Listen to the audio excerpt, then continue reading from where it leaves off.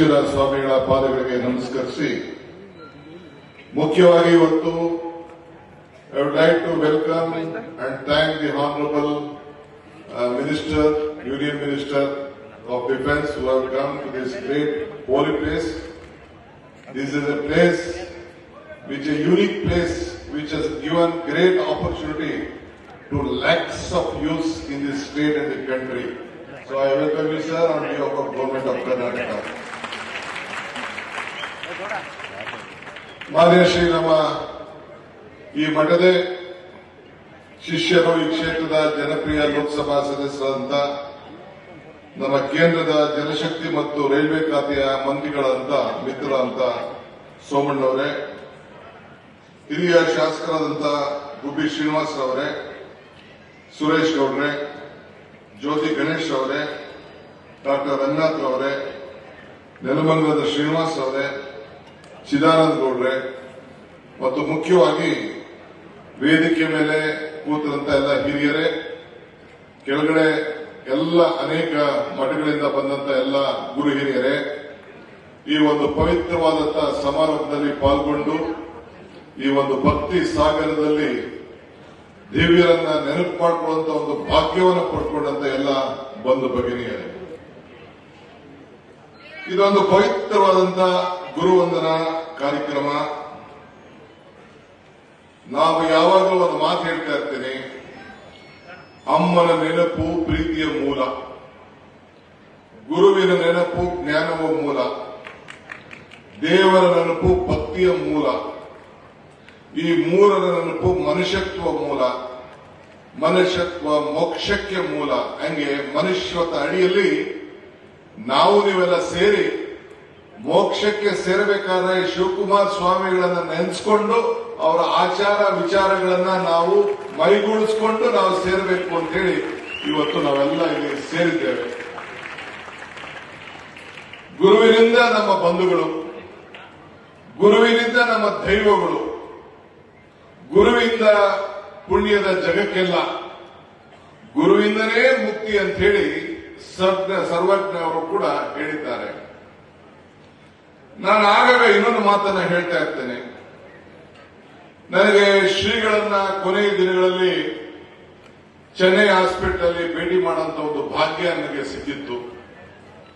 ಪುರಂದರ ದಾಸರು ಒಂದ್ ಕಡೆ ಒಂದು ಮಾತು ಹೇಳ್ತಾರೆ. ಯಾಕೆ ಈ ಮಾತು ಹೇಳ್ತಾ ಇದ್ದೀನಿ ಅಂದ್ರೆ, ಶ್ರೀಗಳು ಶಿವಕುಮಾರ ಸ್ವಾಮಿಗಳು ನಮ್ಮ ಜಿಲ್ಲೆಯವರು.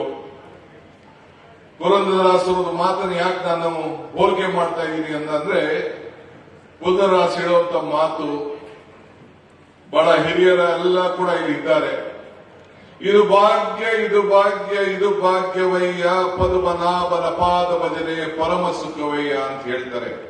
ಹಂಗೆ ಇಂಥ ಒಂದು ಪವಿತ್ರವಾದಂತಹ ಸಂದರ್ಭದಲ್ಲಿ ಭಾಗವಹಿಸಿ ಶ್ರೀಗಳ ಭಜನೆಯನ್ನ ಮಾಡಿ ನನಗೆ ನಮ್ಮ ತಂದೆ ತಾಯಿಯಿಂದ ಕೂಡ ಡಿ.ಕೆ. ಶಿವಕುಮಾರ್ ಅಂತೇಳಿ ಶಿವಕುಮಾರ್ ಸಿಗಂತ ಭಾಗ್ಯ ನನಗೂ ಕೂಡ ದೊರಕೊಟ್ರಲ್ಲ. ಇದು ನನ್ನ ಭಾಗ್ಯ, ನನ್ನ ಭಾಗ್ಯ, ನನ್ನ ಭಾಗ್ಯ ಅಂತೇಳಿ ನಾನು ಭಾಗ್ಯ.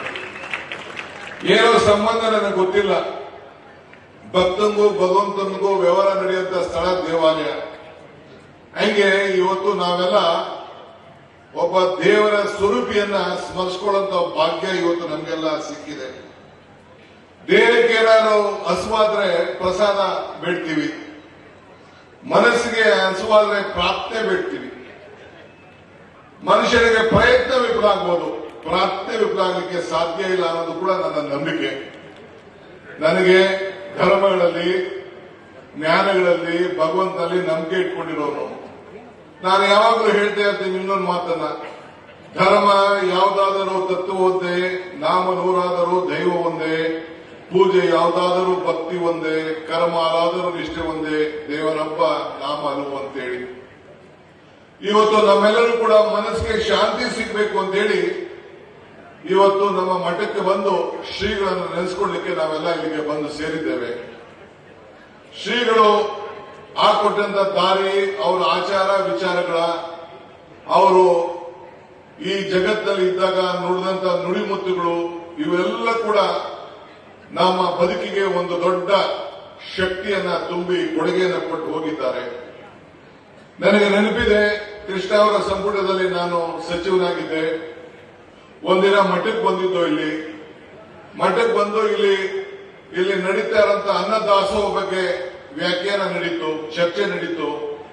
ಇಲ್ಲಿಂದ ವಾಪಸ್ ಹೋಗ್ಬೇಕಾದ್ರೆ ಕೃಷ್ಣರವರು ತೀರ್ಮಾನ ಮಾಡಿದ್ರು. ನಾನು ಕೂಡ ನನ್ನ ಸರ್ಕಾರದಿಂದ ಇವತ್ತು ಏನು ಸಿದ್ಧಗಂಗಾ ಮಠ ಅನ್ನದಾಸೋಹ ಮಾಡ್ತಾ ಇದ್ದಾರೆ, ಅದು ಒಂದು ಸರ್ಕಾರದ ಕಾರ್ಯಕ್ರಮವಾಗಿ ಪರಿವರ್ತನೆ ಆಗಬೇಕು ಅಂತೇಳಿ ಅನ್ನದಾಸೋಹ ಕಾರ್ಯಕ್ರಮವನ್ನು ಇಡೀ ರಾಜ್ಯಕ್ಕೆ ಮಕ್ಕಳಿಗೆ ಬಿಸಿ ಊಟ ಕೊಡುವಂತ ಒಂದು ಕಾರ್ಯಕ್ರಮವನ್ನ ಈ ಒಂದು ಮಠನೇ ಪ್ರೇರಣೆ ಅಂತ ಹೇಳಲಿಕ್ಕೆ ನನಗೆ ಬಹಳ ಸಂತೋಷ ಆಗ್ತದೆ. ಇದು ಇವತ್ತು ನಾವೆಲ್ಲ ಇಲ್ಲಿಗೆ ಸೇರಿದ್ದೇವೆ. ಇವತ್ತು ನಮ್ಮೆಲ್ಲರ ನೆನಪು. Today I am very happy. I have one request to Raja Singh ji. ನಂದು ಒಂದು ದೊಡ್ಡ ಬೇಡಿಕೆ ಇದೆ. ನನ್ನ ಬೇಡಿಕೆ ಅಲ್ಲ ಇದು, ನಿಮ್ಮ ಬೇಡಿಕೆ, ರಾಜ್ಯದ ಬೇಡಿಕೆ. We all had requested the honourable the prime minister and the government of India to give Bharat Ratna to Shri Shivakumar Swamiji.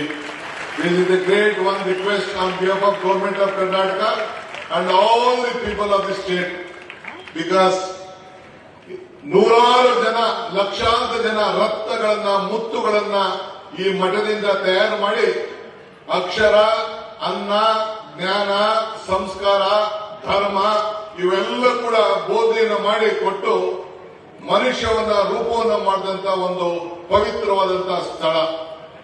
ಕಲ್ಲು ಬಂಡೆ ಅಕ್ಕಪಕ್ಕ ಎಲ್ಲ ಇದೆ, ಅದು ಪ್ರಕೃತಿ. ಅದನ್ನ ಕಡೆದರೆ ಆಕೃತಿ, ಪೂಜಿಸಿದರೆ ಸಂಸ್ಕೃತಿ.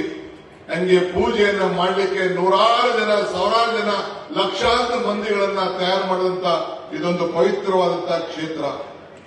ನಾವು ತಿನ್ನುವ ಅನ್ನ, ಬೇಯಿಸುವ